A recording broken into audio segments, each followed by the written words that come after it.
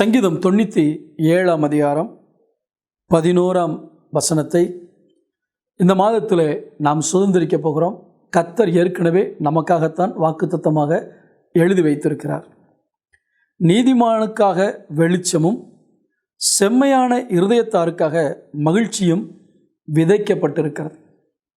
ஆண்டவர் ஒரு காரியத்தை இந்த மாதத்தில் நமக்கு முளைச்சி வரும்படி விதைச்சி வச்சிருக்கார். விதைப்பு என்ற உடனே எனக்கு விவசாயம்தான் ஞாபகத்துக்கு வருகிறது. அன்பானவர்களே, நான் கிராமத்தில் பிறந்து வளர்ந்தவன். என்னுடைய உறவினர்கள் வயல்கள் தோட்டம் என்று வைத்திருந்தார்கள், சிலர் வைத்திருக்கிறார்கள். அந்த தோட்டத்தில் நான் வேலை செய்திருக்கிறேன், வயலில் வேலை செய்திருக்கிறேன், காடுகளிலே வேலை செய்திருக்கிறேன். 3 நிலங்களிலும் வேலை செய்த அனுபவம் எனக்கு உண்டு.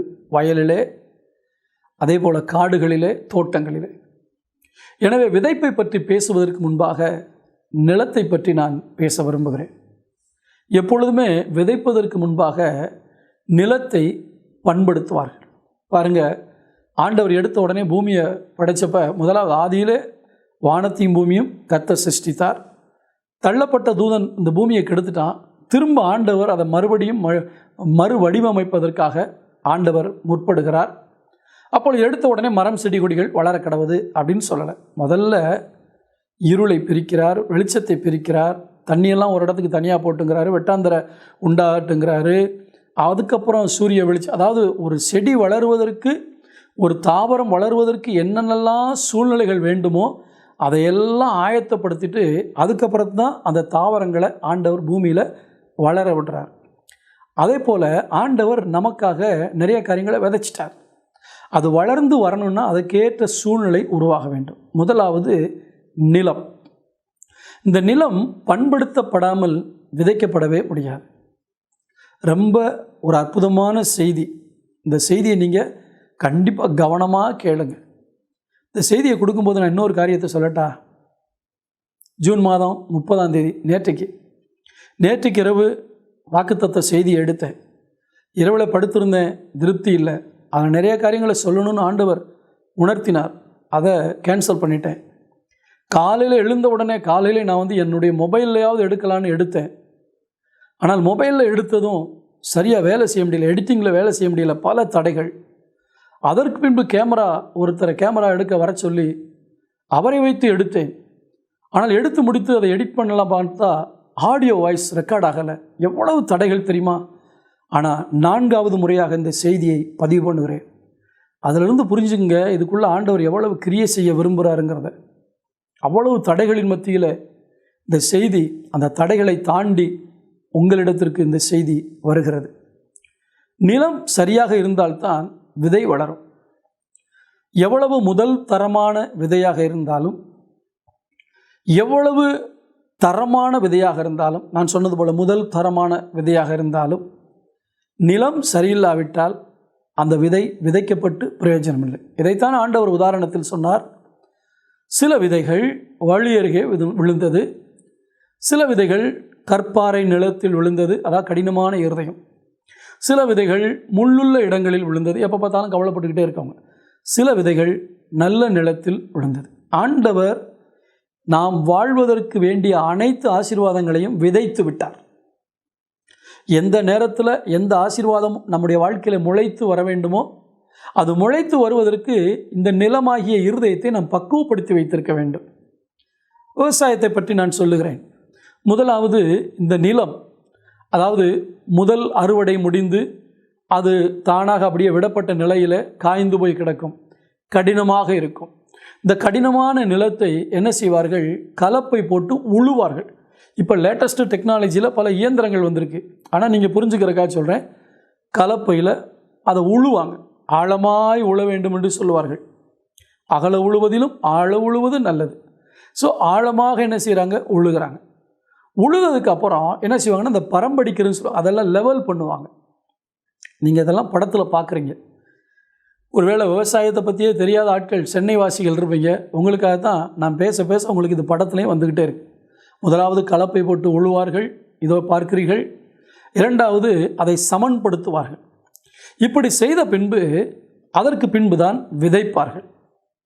அந்த விதைப்பதில் 2 வகையான விதைப்பு உண்டு. முதலாவது அந்த உழுத இடம் இருக்குது பார்த்தீங்களா, அப்படிப்பட்ட நிலத்தில் இந்த உழுகிற அந்த இடத்துல அந்த கலப்பை போய்கொண்டே இருக்கும் பொழுது, உழுது கொண்டு போகும் பொழுது மண் 2 பக்கம் மேடாக இருக்கும், நடுவில் பள்ளமாக இருக்கும். அந்த நேரத்தில் விதைக்கக்கூடிய சில விதைகள் உண்டு. அதை கைகளிலே நட்டு வைப்பார்கள். இதோ நீங்கள் படத்தில் பார்க்கிறீர்களே, அதே போல் நட்டு வைப்பார்கள். இது ஒரு விதமான விதை. ரெண்டாவது இந்த பரம்படித்து விட்டு கையிலே, அதாவது முரத்திலே அல்லது கூடையிலே, மூங்கில் கூடை என்று சொல்லுவார்கள், அந்த மூங்கில் கூடையில் வைத்து கொண்டு, இல்லாவிட்டால் மரக்காலில் விதைகளை போட்டுக்கொண்டு தூவிக்கொண்டே போவார்கள். விதைக்கிறவன் ஒருவன் புறப்பட்டான் என்று சொல்லும்பொழுது இந்த விதமான விதை தூவிக்கொண்டே போவார்கள். தூவிக்கொண்டே போகும்பொழுது இந்த விதை என்ன செய்யும், அப்படியே நிலத்துக்கு உள்ளே போய்விடும். நிலத்துக்குள்ளே போய் மண்ணோடு மண்ணாக போய்விடும். அந்த பக்குவப்படுத்தப்பட்ட நிலத்திலே இந்த விதை செத்து ஒன்றாக கலக்கும்போது அதிலிருந்து புது ஜீவன் உருவாகிறது. இதற்கு என்ன செய்ய வேண்டும் என்றால் தண்ணீர் பாய்ச்ச வேண்டும். இதை விளைய செய்வது தேவன் தான். அந்த விதைக்கப்பட்ட விதை கொஞ்ச நாள் கழித்து உடனே வராது. உடனே மறுநாள் காலையில் நீங்கள் பார்க்க முடியாது. அந்த விதை சாவதற்கு சில நேரம் எடுக்கும், சில நாட்கள் எடுக்கும். அதற்கு பின்பு பார்க்கும் பொழுது அது பூமியிலிருந்து முளைத்து எழும்ப ஆரம்பிக்கும். அந்த முளைத்து வருகிற அந்த காரியம் தொடர்ந்து வளர வேண்டுமானால் அந்த விதை சில நாள் கழித்து அந்த மண்ணை துளைத்து கொண்டு வெளியே வரும், முளைவிடும்.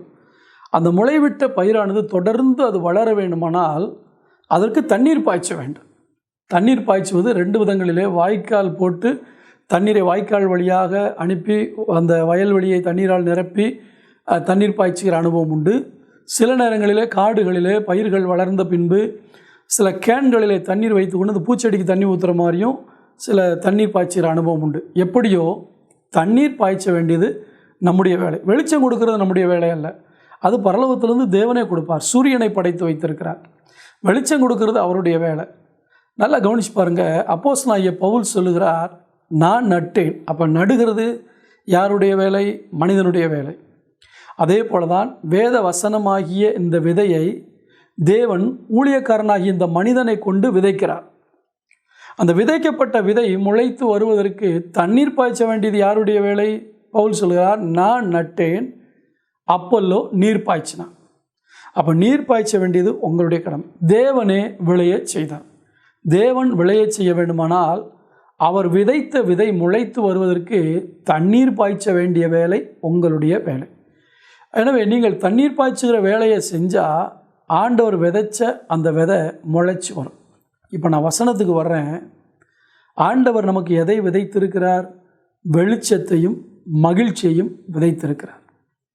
என்றைக்கு கர்த்தராகிய இயேசு கிறிஸ்து சிலுவையிலே மரித்து உயிர்த்தெழுந்தாரோ அன்றைக்கே நமக்கு வேண்டிய அத்தனையும் அவர் விதைத்து விட்டார். நாம் தான் தண்ணீர் பாய்ச்சி அதை அனுபவிக்க வேண்டும். அன்பான கர்த்தருடைய பிள்ளைகளே, வெளிச்சம் விதைக்கப்பட்டிருக்கிறது என்றால் இருள் இருக்கிறது என்ற அர்த்தம். அந்த இருள் நீங்கி வெளிச்சம் வர வேண்டும். ஆண்டவராகிய இயேசு கிறிஸ்து இந்த பூமிக்கு வந்தபோது கூட வேதம் என்ன சொல்கிறது? இருளில் இருக்கிற ஜனங்கள் பெரிய வெளிச்சத்தை கண்டார்கள். அப்படின்னு என்ன அர்த்தம்? சூரிய வெளிச்சம் இருந்தது, பகல் வெளிச்சம் இருந்தது, ஆனால் வாழ்க்கையில் இருள் இருந்தது. இன்றைக்கி அநேக நேரங்களில் நம்முடைய வாழ்க்கையில் வரக்கூடிய பாவம் என்கிற இருள், வியாதி என்கிற இருள், வறுமை, தரித்திரம், போராட்டம், கண்ணீர், கவலை, வேதனை, வியாகுலம், இழப்பு, நஷ்டம், இதெல்லாம் இருள். இதெல்லாம் மாறி சந்தோஷமாக வாழ்கிறதுக்கு கர்த்தர் வெளிச்சத்தை விதைச்சிட்டார். இந்த ஜூலை மாதத்தில் நம்ம அறுவடை செய்கிறதுக்கு வெளிச்சத்தை விதைச்சிட்டார். இது போக வேண்டுமானால் இந்த வெளிச்சம் வருவதற்கு நாம் என்ன செய்ய வேண்டும்? இருள் நீங்குவதற்கு நாம் என்ன செய்ய வேண்டும்? வேதத்திலிருந்து ஒரு காரியத்தை உங்களுக்கு நான் வாசிக்க விரும்புகிறேன். எஸ்தரின் புத்தகம் 8ஆம் அதிகாரம் 16ஆம் வசனம். இவ்விதமாய் யூதருக்கு வெளிச்சமும் மகிழ்ச்சியும் களிப்பும் கனமும் உண்டாயிற்று. ஒரு வெளிச்சம் புதுசாக அவங்க வாழ்க்கையில் வருது. அந்த வெளிச்சம் வர்றதுக்கு முன்னாடி என்ன இருந்துச்சுன்னு பார்ப்போமா? இதே எஸ்தரின் புத்தகத்தில் 4ஆம் அதிகாரம் 3ஆம் வசனத்தினுடைய பின்பகுதி. யூதருக்குள்ளே மகா துக்கமும் உபவாசமும் அழுகையும் புலம்பலும் உண்டாய் அநேகர் எட்டுடுத்தி சாம்பலிலே கிடந்தார்கள். அவர்களுக்குள்ள துக்கம், பட்டினி, உபவாசம், அழுகை, புலம்பல் இதெல்லாம் தான் இருள். இந்த காரிருள் அவர்களை மூடிக்கொண்டதற்கு காரணம் என்ன? உங்கள் எல்லாருக்கும் அந்த எஸ்தர் புத்தகத்தினுடைய சம்பவம் தெரியும். ஆமான் என்று சொல்லக்கூடிய ஆகாகியன். ஆகாகியன் ஆகிய ஆமான் என்றால் யார் தெரியுமா? அமலேக்கியர்கள். இஸ்ரவேல் ஜனங்கள் எகிப்தை விட்டு புறப்பட்டு வரும்போது ரெவித்தீமிலே இந்த அமலேக்கியர்கள் எதிர்த்து வந்தார்கள். இதை கர்த்தர் மனசில் வச்சுருந்தார். இவனை உயிரோடு விட்டோம்னா எப்போவுமே நம்ம பிள்ளைகளோட போராடுவான்னு சொல்லி சவுலுடைய நாட்களில் ஒரு சந்தர்ப்பத்தை கொடுத்து எல்லாரையும் நீ காலி பண்ணிவிடு, இந்த வானத்தின் கீழே ஒரு அமலேக்கியன் கூட இருக்கக்கூடாதுன்னு ஆண்டவர் சொன்னார். ஆனால் சவுல் ராஜா கீழ்ப்படியாமல் ஆடு மாடுகளில் முதல் தரமானவைகளை எடுத்து கொண்டு வந்தது மட்டுமல்ல, அந்த ராஜாவை உயிரோடு பிடிச்சிட்டு வந்தான். அவன் பேர் தான் ஆகான். அந்த ஆகாகியன் ஆகிய அந்த ஆகா என்று சொல்லக்கூடியவன் அந்த ராஜாவையும் உயிரோடு பிடிச்சிட்டு வந்துட்டான். அந்த ராஜாவை விட்டுட்டான் உயிரோட. அதனுடைய விளைவு அவனுடைய சந்ததியில் ஒருவன் எழுப்பினான், ஆமான். அதான் ஆகாகியன் ஆகிய ஆமான். அவன் இப்போ அகாஸ்வேர் ராஜா 127 தேசங்களை அரசாளக்கூடிய அகாஸ்வேர் ராஜாவுடைய அந்த ராஜாவுக்கு அடுத்த ஸ்தானத்துக்கு வந்துட்டான். பவர்ஃபுல் போஸ்ட்டுக்கு வந்துட்டான். அவன் என்ன சொன்னாலும் நடக்கட்டுங்கிற அளவுக்கு ராஜா முத்திரமோகத்தில் கையில் கொடுத்துட்டான். இப்போ இந்த ஆமான் என்ன செய்கிறான்? இதுதான் சந்தர்ப்பம். அன்னைக்கு யூதர்களை அழிக்க முடியலை, இன்றைக்கி எப்படியாவது யூதர்களை அழிப்போன்ட்டு எழும்புறான். தேவ பிள்ளைகளே, ஆண்டவர் உங்களுடைய வாழ்க்கையில் அழிக்க சொல்லுகிற காரியங்களை அழிக்காவிட்டால் அதுவே உங்களை அழித்து விடும். அந்த சவுல் அமலேக்கியனை அழிக்கலை. அதனால் என்ன நடந்தது? சவுலை கொன்றது ஒரு அமலேக்கியன். இவன் கொல்லாமல் விட்ட அமலேக்கிய பிள்ளைகளில் ஒருவன் தான் ஒரு வாலிபன் கொன்று போட்டான். ஆண்டவர் உங்கள் வாழ்க்கையில் எதெல்லாம் விட சொல்கிறாரோ அதை விட்டுறணும், எதை அழிக்க சொல்கிறாரோ அழிச்சிடணும். இல்லாட்டா உங்களுடைய வாழ்க்கையில் அடிக்கடி காரிருள் வருவதற்கு காரணம் அதுதான். துன்பம் என்கிற இருள், அழுகை என்கிற இருள், புலம்பல் என்கிற இருள் வருவதற்கு காரணம் நீங்கள் இன்னும் ஏதோ ஒரு ஆகாகியனை நீங்கள் அழிக்கலை, ஏதோ ஒரு ஆமானை அழிக்கலை. இப்போ நடந்த சம்பவம் என்ன? இந்த ஆமான் எழும்பி யூதருக்கு விரோதமாக ராஜாவிட்ட பெர்மிஷன் வாங்கி ஒரு பெரிய கட்டளை போட்டான். ஒரே டேட்டில் 127 நாடுகளில் இருக்க யூதர்களை கொல்லணும்னு சொல்லி. இதுதான் ஒரு காரிருள், புலம்பல், அழுகை. இதெல்லாம் நடந்ததை பாருங்கள். 3ஆம் அதிகாரம், எஸ்தர் 3ஆம் அதிகாரம் 15ஆம் வசனத்துடைய கடைசி பகுதி. சூசான் நகரம் கலங்கிற்று. நடந்த யாவற்றையும் மொர்தெகாய் அறிந்தபோது மொர்தெகாய் தன் வஸ்திரத்தை கிழித்து கொண்டு ரெட்டுடுத்தி சாம்பல் போட்டுக்கொண்டு நகரத்தின் நடுவே புறப்பட்டு போய் துயரமுள்ள மகா சத்தத்துடனே அலறிக்கொண்டு. இதெல்லாம் வரும்போது அலறாங்க. எப்படி மாற்றுறது? இப்போ எஸ்தர் அங்கே ராஜாத்தியாக இருக்கா. இப்போ மொர்தெகாய் சொல்லி விடுறான், இந்த மாதிரி ஒரு ஆபத்து வந்திருக்கு, நீ ராஜாட்ட சொல்லு அப்படின்னு. இப்போ சொல்லிட்டா, ராஜா கூப்பிடாமல் நான் போக முடியாதுன்ட்டு. அப்போ மொர்தெகாய் சொல்கிறான், இந்த காலத்தில் நீ மௌனமாக இருக்கக்கூடாது, போ அப்படின்னு. அப்போ எஸ்தர் என்ன சொல்கிறா பாருங்கள், 16ஆம் வசனம், 4:16. நீர் போய் சூசானில் இருக்கிற யூதரையெல்லாம் கூடி வர செய்து 3 நாள் அல்லும் பகலும் புசியாமலும் குடியாமலும் இருந்து எனக்காக உபவாசம் பண்ணுங்கள், நானும் என் தாதிமாரும் உபவாசம் பண்ணுவோம். இவ்விதமாய் சட்டத்தை மீறி ராஜாவினிடத்தில் பிரவேசிப்பேன், நான் செத்தாலும் சாகிறேன் என்று சொல்ல சொன்னாள். அப்பொழுது மொர்தெகாய் புறப்பட்டு போய் எஸ்தர் தனக்கு கற்பித்தபடியெல்லாம் செய்தான். இந்த இருள் போவதற்கு ஜெபத்தை விட்டால் வேறு வழியே கிடையாது. உங்கள் வாழ்க்கையில் கர்த்தர் விதைத்திருக்கிற வெளிச்சம் வர வேண்டுமென்றால், இப்பொழுது இருக்கிற பொருளாதார நஷ்டம், வியாதி, வேதனை, அழுகை, நிந்தை, துக்கம், தரித்திரம், இதெல்லாம் உங்கள் வாழ்க்கையில் இருள் போல. எனவே தான் ஆண்டவர் சொல்றாரு, இந்த மாதத்துக்கு நான் ஏற்கனவே வெளிச்சத்தை விதைச்சிட்டேன், இந்த இருள் நீங்கள் வெளிச்சம் வரணும்னா நீங்கள் ஜெபம் பண்ணணும், உபவாசம் பண்ணி ஜெபம் பண்ணணும். இந்த நாட்களில் உபவாசங்கிறது இல்லாமலே போயிடுச்சு. எனக்கு அன்பான கர்த்தருடைய பிள்ளைகளே, சில காரியங்களை நீங்கள் சாதிக்கணும்னா உபவாசம் போட்டு தான் ஆகணும். சரீரத்தில் பலவீனம் இருந்தால் கூட ஆண்டவர்கிட்ட கிருபை கேளுங்க. ஆண்டவரே, இன்றைக்கி ஒரு நாளாவது உபவாசம் பண்ணி ஜெபிக்க எனக்கு கிருபை தாங்கன்ட்டு. ஜெபிக்காமல் சும்மா இருந்தீங்கன்னா ஆமான் மேற்கொள்ளுவான்.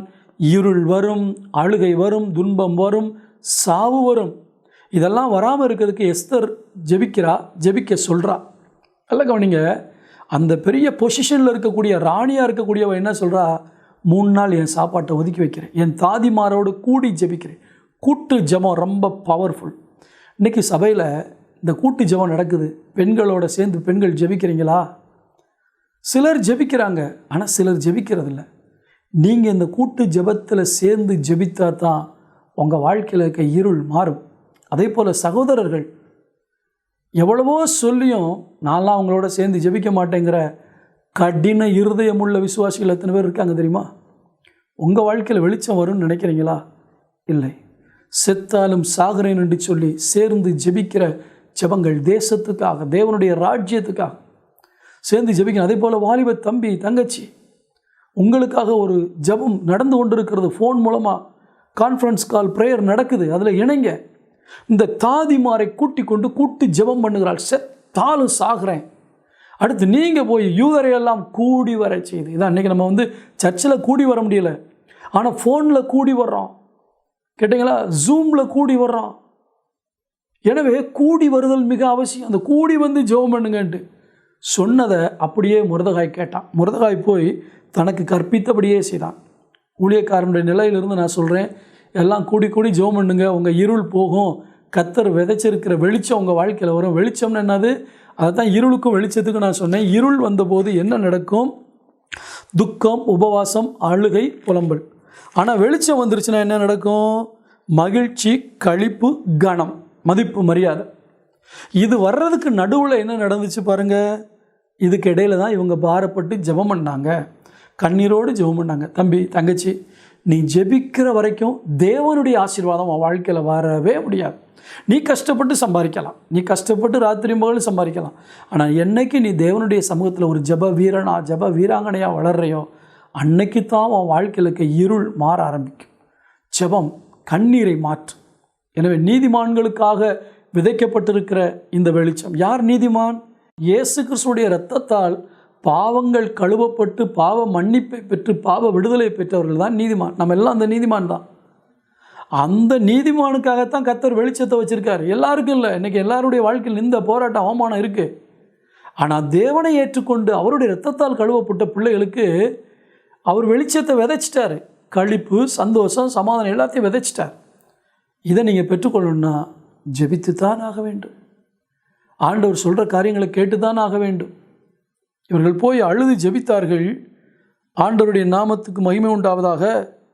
அவர்களுடைய ஜெபம் கேட்கப்பட்டுச்சு. ஜெபம் கேட்கப்பட்டபடினாலே சூசான் நகரம் கலங்கிட்டு எப்பொழுது வாசித்தோம்? 3ஆம் அதிகாரத்தில் வாசித்தோம் அல்லவா? சூசான் நகரம் கலங்கிட்டு ஆமான் கிரியை செய்தபோது, ஆமான் தேவ பிள்ளைகளுக்கு விரோதமாக எழும்பின போது, ஆமான் ஒரு சட்டத்தை போட்டபோது சூசான் நகரம் கலங்கிற்று. ஆனால் ஜெபிக்கிற ஒரு மொர்தெகாய் எழும்பினான். அந்த ஆமானை கர்த்தர் தூக்கிலே போட வைத்தார். இந்த ஆமான் ஜெயிக்கப்பட்டான். மொர்தெகாய் இந்த ராஜாவுடைய அரண்மனையிலே பெரியவனாக இருந்தான். 8ஆம் அதிகாரம் 15ஆம் வசனத்தில் கடைசி வார்த்தை, மொர்தெகாய் இந்த இரத்தாம்பரம் வெண்ணுடை தரித்து வெள்ளையுமான ராஜவஸ்திரம் தரித்து இருந்தான் போட்டிருக்கு. நான் உங்களுக்கு வசனத்தை முழுசுமாக வாசிக்கிறேன். அப்பொழுது மொர்தெகாய் இளநீளமும் வெள்ளையுமான ராஜவஸ்திரமும் பெரிய பொன்முடியும் பட்டும் இரத்தாம்பரமும் அணிந்தவனாய் ராஜாவினிடத்திலிருந்து புறப்பட்டான். சூசான் நகரம் ஆர்ப்பரித்து மகிழ்ந்திருந்தது. ரெட்டுடுத்தி சாம்பலிலே கிடந்தவனை கர்த்தர் அலங்கரித்து வைத்திருக்கிறார். இந்த அலங்கரிப்பு வருவதற்கு ஒரே காரணம் ஜெபம். மாற்று வழியே இல்லைங்க, குறுக்கு வழியே கிடையாது. ஜெபிக்காமல் ஜெயத்தை அடைய முடியாது. உங்கள் வாழ்க்கையில் இருக்க எல்லா இருளும் மாறணுமா? ஜெபிங்க, ஜெபிங்க, ஜெபிங்க. முகங்குப்புற விழுந்து அழுது ஜெபிங்க, கண்ணீரோடு ஜெபிங்க. இந்த நாட்களில் நான் எந்த குறிப்புக்காக ஜெபம் பண்ணாலும் கண்ணில் இருந்து பொலன்னு தண்ணி வந்துக்கிட்டு தான் இருக்கு. என்னால் ஒரு சந்தோஷமாக ஜெபிக்க முடியல. எந்த குறிப்பு எடுத்தாலும் ஒரு அழுக, ஒரு வேதனை வருது. இன்றைக்கி சபை முழுவதும் எல்லா சபை மக்களும் இப்படி ஜெபிக்க ஆரம்பித்து விட்டால் கிறிஸ்தவத்துக்கு ஒரு வெளிச்சம் வரும். நம்முடைய தேசத்துக்கு ஒரு வெளிச்சம் வரும். இந்த கொரோனா வியாதி என்கிற இருள் மாறி தேசத்துக்கு ஒரு வெளிச்சம் வரும். வெளிச்சத்தை விதைத்து விட்டார். அதை வெளியே கொண்டு வர வேண்டிய பொறுப்பு உங்களுடைய கையில், என்னுடைய கையில். விதை விதைக்கப்பட்டாயிற்று. அது முளைத்து பயிராக வேண்டுமானால் தண்ணீர் பாய்ச்ச வேண்டியது நீங்கள். செம்மையான இருதயம் உள்ளவர்களுக்காக ஆண்டவர் மகிழ்ச்சியை விதைத்திருக்கிறார். நம்முடைய இருதயம் பண்படுத்தப்பட்ட நிலமாக இருக்கணும். இருதயத்திலிருந்து பொல்லாத சிந்தனைகள், விபச்சாரங்கள், வேசித்தனங்கள், அது இதுன்னு ஏராளமாக இருக்கிறதோட வளர விட மாட்டார். இருதயம் சுத்தமாக இருக்கணும். சுத்த இருதயம் உள்ளவர்களாகிய சிறுவர்களுக்கு கர்த்தர் நல்லவராகவே இருக்கிறார். இருதயம் சுத்தமாக இருக்கா? கசப்பு, வைராக்கியம் தான் பாட்டு பாடணும். கசப்பு, வைராக்கியம், பொறாமை எல்லாம் மறைஞ்சு போச்சு ஆண்டவரேன்ட்டு. உங்கள் இருதயமாகிய நிலத்தில் கசப்பு, வைராக்கியம், மன்னிக்காத தன்மை இதெல்லாம் இருந்துச்சுன்னா அந்த விதை அங்கே வேலை செய்யாது. ஏன்னா அந்த விதை தேவனுடைய வார்த்தை, ஜீவனுள்ள வார்த்தை. வார்த்தைக்கு புறம்பாக கர்த்தர் கிரியை செய்ய முடியாது. எத்தனை வாக்குத்தத்தங்களை எடுத்து வீட்டில் மாட்டினாலும் நிலம் நல்லா இருந்தால் தான் விதை கிரியை செய்யும். எனவே நிலத்தை பண்படுத்துங்க. செம்மையான இருதயமாக இருக்கட்டும். கோல் சொல்லுது, பொறாமை, போட்டி, அடுத்தவங்களை பற்றி குறை சொல்கிறது, இப்படிப்பட்ட இருதயமெல்லாம் உங்களை விட்டு மாறட்டும். அந்த இருதயத்தை சுத்தப்படுத்துங்க. செம்மையான இருதயம். கர்த்தருக்கு முன்பாக உங்கள் இருதயம் செம்மையாக இருக்கா? பாவ ஆசைகள், பாவ இச்சைகள் இதெல்லாம் இல்லாமல் இந்த செம்மையான இருதயம் உள்ளவர்களுக்காக கர்த்தர் மகிழ்ச்சியை விதைத்திருக்கிறார். உங்களுக்கு மகிழ்ச்சி வேணுமா? கர்த்தர் விதைச்சிட்டார். உங்களுக்கு வெளிச்சம் வேணுமா? கர்த்தர் விதைச்சிட்டார். வெளியே கொண்டு வர்றது எது? உங்களுடைய முழங்கால். உங்கள் முழங்கால் ஜெபமும், உயர்த்தக்கூடிய கரங்களும், கண்ணீர் விடக்கூடிய கண்களும். திரும்ப சொல்கிறேன், உங்கள் கண்ணில் கண்ணீரோட கையை பரலோகத்துக்கு நேராக உயர்த்தி முழங்காலை முடக்கி ஆண்டவர்கிட்ட ஜெபம் பண்ணுவீங்கன்னா இந்த நாள், இந்த 1ஆம் தேதியிலிருந்து உங்கள் வாழ்க்கையில் ஒரு பெரிய வெளிச்சம் வரப்போகுது. இந்த 1ஆம் தேதியிலிருந்து அழுகை, கூக்குரல் எல்லாம் மாறி சந்தோஷம், சமாதானம் மட்டும் இல்லை, ஒரு கணம், ஒரு மதிப்பு. மொர்தெகாய் பார்த்தீங்களா?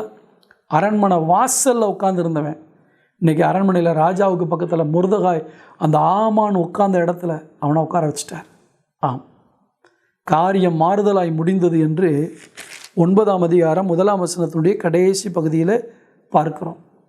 அதே போல் இன்றைக்கு இருக்கிற காரியம் உங்களுக்கு மாறுதலாய் முடியணுமா? இருள் வெளிச்சமாய் மாற வேண்டுமா? உங்களுடைய துக்கம் மகிழ்ச்சியாய் மாற வேண்டுமா? விதைத்து விட்டார் என் ஆண்டவர், விதைத்து விட்டார். இந்த ஜூலை மாதத்துக்கென்று விதைத்து விட்டார். அதை அறுவடை செய்ய அல்லது அதை வெளியே கொண்டு வரக்கூடிய சக்தி உங்கள் ஜெபத்துக்கு இருக்குது. ஏன் இன்னும் மௌனமாக இருக்க வேண்டும்? ஆண்டவருடைய பாதத்தில் காத்திருந்து ஜெபம் ஜெபம் ஜெபம்னு ஜெபத்தில் விழுந்து கிடங்க. சீக்கிரத்தில் விளைவை குடும்பத்தில் பார்ப்பீர்கள், தனிப்பட்ட வாழ்க்கையில் பார்ப்பீர்கள். நீங்கள் ஜெபிக்கிற ஜெபத்தினுடைய விளைவை தேசத்திலும் நாம் பார்க்க முடியும். எல்லா தேவ பிள்ளைகளும் இப்படி ஜெபிக்க ஆரம்பித்தா இருளை போக்க முடியும். எத்தனையோ பேர் வழிபாடு செய்கிறவங்க இந்த உலகத்தில் இல்லாமல் இல்லை. ஆனால் வழிபடுற மற்றவங்களை விட சர்வ வல்லமையுள்ள தேவனுக்கு முன்பாக நின்று ஜெபிக்கக்கூடிய எஸ்தரின் ஜெபங்கள், மொர்தெகாயின் ஜெபங்கள் 127 தேசத்தில் இருந்த யூதர்களுக்கு சந்தோஷத்தை கொண்டு வந்துச்சான். எங்கே? சூசான் அரண்மனையில் ஒரு சின்ன குழு ஜெபித்த ஜெபத்தினால 127 நாடுகளில் சந்தோஷம் உண்டாச்சான். நம்ம டுனாமிஸ் அசம்பிளிஸ் ஆஃப் காட் சபை ஜனங்கள் கண்ணீரோடு அவர்கள் அர்ப்பணிப்போடு ஜெபிப்பார்கள் என்றால், ஜெபிப்பீர்கள் என்றால், யாருக்கு தெரியும், உலகத்தில் இருக்க அத்தனை நாடுகளுக்கு நம்மை கொண்டு ஆண்டவர் இருளை மாற்றி வெளிச்சத்தை கொண்டு வரலாம், துக்கத்தை மாற்றி சந்தோஷத்தை கொண்டு வரலாம், சபைகளில் ஒரு பெரிய எழுப்புதல் வரலாம். ஜெபத்துக்கு அர்ப்பணிப்போமா? நல்ல பிதாவே, இந்த செய்தியை நம்முடைய பிள்ளைகளுக்கு கொடுத்தீர், நன்றி. வெளிச்சத்தையும் சந்தோஷத்தையும் விதைத்து விட்டீரப்பா. அதை அறுவடை செய்வதற்கு தண்ணீர் பாய்ச்சுகிற அனுபவமாகிய இந்த ஜெபத்தை நம்முடைய பிள்ளைகள் தொடர்ந்து செய்ய உதவி செய்யும். ஜெபிக்க விடாமல் தடுக்கிற பொல்லாத பிசாசுகளை இயேசுவின் நாமத்தில் நான் கடிந்து கொள்ளுகிறேன். ஜெப வீரர்களாய், ஜெப வீராங்கனைகளாய் மாற்றும். எங்கள் தேவனாகிய கர்த்தர் எங்களுக்கு இரக்கம் செய்கிற வரைக்கும் எங்கள் கண்கள் அவரையே நோக்கி இருக்கிறது என்று சொன்னது போல உடைய பிள்ளைகள் இரக்கம் கிடைக்கிற வரைக்கும் நோக்கி பார்க்கட்டும். இந்த உலகம் உடைய வசனத்தை கை கொள்ளாததை பார்க்கும் பொழுது, உடைய வசனத்தை காத்து கொள்ளாத துரோகிகளை பார்த்தபோது என் கண்களில் நீர்த்தாரை வடிகிறது என்று தாவீது சொன்னானே, அதே போல உலகத்தில் நடக்கிற அக்கிரமங்கள், அராஜகங்களை பார்க்கும் பொழுது நாங்கள் கண்ணீரோடு எங்கள் கண்களில் நீர் தாரைகள் ஓட நாங்கள் ஜெபிக்க எங்களுக்கு கிருபை தார். எங்களை தாழ்த்துகிறோம். இந்த ஜூலை மாதம் வெளிச்சத்தின் மாதமாக, மகிழ்ச்சியின் மாதமாக இருக்க நான் ஆசீர்வதித்து ஜெபிக்கிறேன். கிருபை கூட இருக்கட்டும். இயேசுவின் நாமத்தில் பிதாவே, ஆம். என் ஆத்துமாவே கர்த்தரை ஸ்தோத்திரி, என் முழு உள்ளவருடைய பரிசுத்த நாமத்தை ஸ்தோத்திரி. என் ஆத்துமாவே கர்த்தரை ஸ்தோத்திரி, அவர் செய்த சகல உபகாரங்களையும் மறவாதே. ஆமென். நம்முடைய கர்த்தராகிய இயேசு கிறிஸ்துவின் கிருபையும், பிதாவாகிய தேவனுடைய அன்பும், பரிசுத்த ஆவியானுடைய அந்யோன்ய ஐக்கியமும் நம் அனைவரோடும் அவருடைய வருகை வரைக்கும் என்னைக்கும் தங்கியிருப்பதாக. ஆமென். உங்கள் இருள் வெளிச்சமாய் மாறும், உங்கள் துக்கம் மகிழ்ச்சியாய் மாறும். கர்த்தர் செய்ய போகிறார். ஜெபியுங்கள், ஜெபியுங்கள், ஜெபத்தில் விழித்திருந்து ஜெபியுங்கள். God bless you.